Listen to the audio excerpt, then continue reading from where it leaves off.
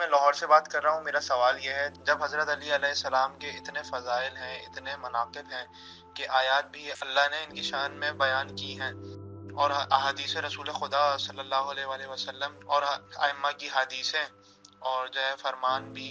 مولا علی کی شان میں ہے، تو پروردگار عالم نے مولا علی کا نام قرآن مجید میں کھل کر کیوں نہیں لیا، جبکہ مولا علی کی ولایت، خلافت و امامت اتنی اہم ہے انسانوں کے لیے، تو اللہ نے کیوں مولا علی کا نام القابوں سے پکارا؟ بسم اللہ الرحمن الرحیم۔ جی، یہ بہت عمدہ سوال ہے، اور یہ سوال کوئی پہلی دفعہ نہیں ہوا، ماضی میں بھی یہ سوال مختلف شخصیات سے، علماء سے کیے جاتے رہے ہیں، اور انہوں نے جواب بھی دیے ہیں۔ جواب مفصل بھی ہو سکتا ہے اور مختصر بھی۔ اس کا کوشش کرتا ہوں کہ میں مختصر جواب دوں، اور جواب یہ ہے کہ ایک جانب امیر المومنین علی بن ابی طالب علیہ السلام اور ان کے ساتھ قرآن اور علی، یہ ہیں امت کے لیے نبی مکرم کو دیے گئے معجزے۔ امیر المومنین خود نبی کا معجزہ ہے، قرآن نبی مکرم کا معجزہ۔ یہ دو معجزے جو ہیں یہ ایک دوسرے کے مکمل اور متم ہیں، ایک دوسرے کا ساتھ دیں گے، جس کو دوسرے الفاظ میں حدیث ثقلین کی صورت میں آپ لے سکتے ہیں، حدیث سفینہ کی صورت میں آپ لے سکتے ہیں کہ سرکار دو جہاں نے ان دونوں کو امت کے حوالے کیا ہے، یعنی امت کو ان دونوں کے حوالے کیا اور ان دونوں کو امت کے پاس امانت کے طور پہ دیا ہے، اور ایک ہدیہ دیا ہے، اور اپنی قریب ترین اور عزیز ترین چیز یعنی مولا علی اور قرآن امت کے حوالے کیے۔ قرآن کو بھی محفوظ رکھنا ہے اور زندہ رکھنا ہے اور باقی رکھنا ہے، اور مولا علی علیہ السلام کی ولایت کو بھی محفوظ رکھنا ہے اور آگے بڑھانا ہے اور لوگوں کے دل و دماغ تک پہنچانا ہے۔ اگر قرآن مجید میں مولا علی علیہ السلام کا نام نازل ہو جاتا تو قرآن مجید کا تحفظ خطرے میں پڑ جاتا، اس لیے کہ قرآن کی وہ آیت جس میں اللہ ارشاد فرما رہا ہے، ام یحسدون الناس علی ما آتاہم اللہ من فضلہ فقد آتینا علی ابراہیم الکتاب والحکمہ وآتیناہم ملکا عظیما۔ اس آیہ کریمہ کی تفسیر میں امیر المومنین علی بن ابی طالب فرماتے ہیں، نحن محسودون۔ اس آیت کے اندر جو محسودوں کا ذکر ہوا ہے، کچھ لوگ ہیں جو ان سے حسد کرتے ہیں جنہیں ہم نے اپنے فضل سے عطا کیا ہے، اور اللہ نے آل ابراہیم کو کتاب اور حکمت اور ملک عظیم عطا کیا ہے۔ یہ جو اللہ نے آل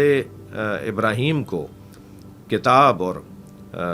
حکمت اور ملک عظیم عطا کیا ہے، کتاب سے مراد قرآن، حکمت سے مراد نبوت، ملک عظیم سے مراد امامت، یہ اللہ نے جو آل ابراہیم کو یہ تین چیزیں دی ہیں، ان تین چیزوں کی بنیاد پر اس خاندان سے حسد کیا جاتا ہے، اور حسد وہ کرتے ہیں کہ جنہیں یہ تین چیزیں نہیں ملیں۔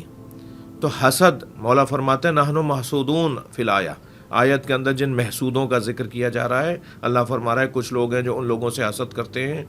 جنہیں اللہ نے اپنے فضل سے عطا کیا ہے۔ اللہ نے ہمارے اوپر جو فضل عطا کیا ہے، ہمارے اوپر اللہ کے فضل ہی فضل ہیں، اس سے لوگوں کو حسد ہوتا ہے۔ حسد کرنے والا جو حاسد ہوتا ہے وہ محسود کے بغض میں اور محسود کے حسد میں جل رہا ہوتا ہے، وہ اپنی آگ کو بجھاتا ہے محسود کو قتل کرنے کی صورت میں، یعنی یہاں تک بات چلی جاتی ہے کہ وہ محسود کو قتل کر دیتا ہے جس سے اسے حسد ہو رہا ہوتا ہے۔ واقعات ہیں، تاریخ بھری ہوئی ہے، حسد کی بنیاد پر کیا کیا نقصان معاشرے کے اندر نہیں ہوا۔ اب ایک جانب اللہ نے انہیں اپنے فضل سے عطا کیا ہے، حاسد محسود کو ختم کرنے کے در پہ ہوتا ہے، تو جو لوگ ان کی جان کو اور ان کے وجود کو پسند نہیں کرتے تھے، کیا ان کے نام کو پسند کرتے؟ قرآن مجید کی آیات میں پھر تحریف ہوتی، قرآن مجید حفاظت سے نکل جاتا، جو تحفظ قرآن مجید کا ہے، یعنی تورات، زبور، انجیل کی طرح قرآن بھی آج اختلافی ہوتا، کہا جاتا کہ یہ آیت نہیں تھی، کہا جاتا یہ آیت تھی۔ اب تو جو بحث ہے اہل سنت کے ہاں کچھ کتابوں میں، شیعہ بعض روایات کے اندر، وہ تحریف معنوی کے اوپر تو بحث ہے، تحریر لفظی کے اوپر کوئی بحث نہیں ہے کہ یہ لفظ نہیں تھا، معنوی طور پہ کہ یہ معنی نہیں یہ معنی مراد ہیں۔ ترتیب کے اندر تو گفتگو ہے علمی طور پر، لیکن قرآن جتنا ہے یہ قرآن معاذ اللہ نہیں ہے، اس پہ نہ شیعہ کے ہاں کوئی بحث ہے نہ سنی کے ہاں بحث، یعنی بحث ختم ہو گئی، بحثیں ہوئی ہوں گی مگر بحث ختم ہو گئی، ایک نتیجے تک آ گئے، اور وہ نتیجہ یہ ہے کہ قرآن میں کوئی تحریف نہیں ہے، یہ قرآن کے اندر تحریف کرتے تھے، یہ قرآن کے۔ اب آپ ذرا غور تو فرمائیں، مولا علی کے حسد میں اگر 5000 یا بعض جگہ 500 اور بعض جگہ 2000 اور بعض جگہ 4000 حدیثوں کو جلایا گیا. حدیثوں کو جلایا گیا ہے نبی کی رحلت کے بعد. علی اور آل رسول کے حسد میں اگر حدیثوں کو جلا دیا جائے تو پھر قرآن کے ساتھ بھی تو ایک قدم ہی رہ گئی تھی بات. اللہ نے مصلحت جانی کہ قرآن مجید کے اندر مولا علی علیہ السلام کا نام علی ابن ابی طالب کی صورت میں، جیسے محمد مصطفیٰ صلی اللہ علیہ وسلم کا نام آیا ہے، حضرت ابراہیم کا نام آیا ہے، حضرت موسیٰ کا نام آیا ہے، ایسے علی مراد حضرت ابو طالب کے بیٹے مولا علی ایسے قرآن میں نازل نہیں کیا. ورنہ قرآن مجید کے اندر 350 سے زیادہ آیات تو مولا علی علیہ السلام کی شان میں سب نے اس کے اوپر اتفاق کیا ہے. کچھ آیات پہ تو بحث ہی نہیں ہے کہ ہاں یہ مولا علی کی شان میں ہے. کچھ آیات میں تو کوئی دوسرا شریک ہی نہیں ہے مولا علی علیہ السلام کے ساتھ. ایک بڑی تعداد میں ان آیات کی فہرست بیان کی جا سکتی ہے. لہٰذا سب سے زیادہ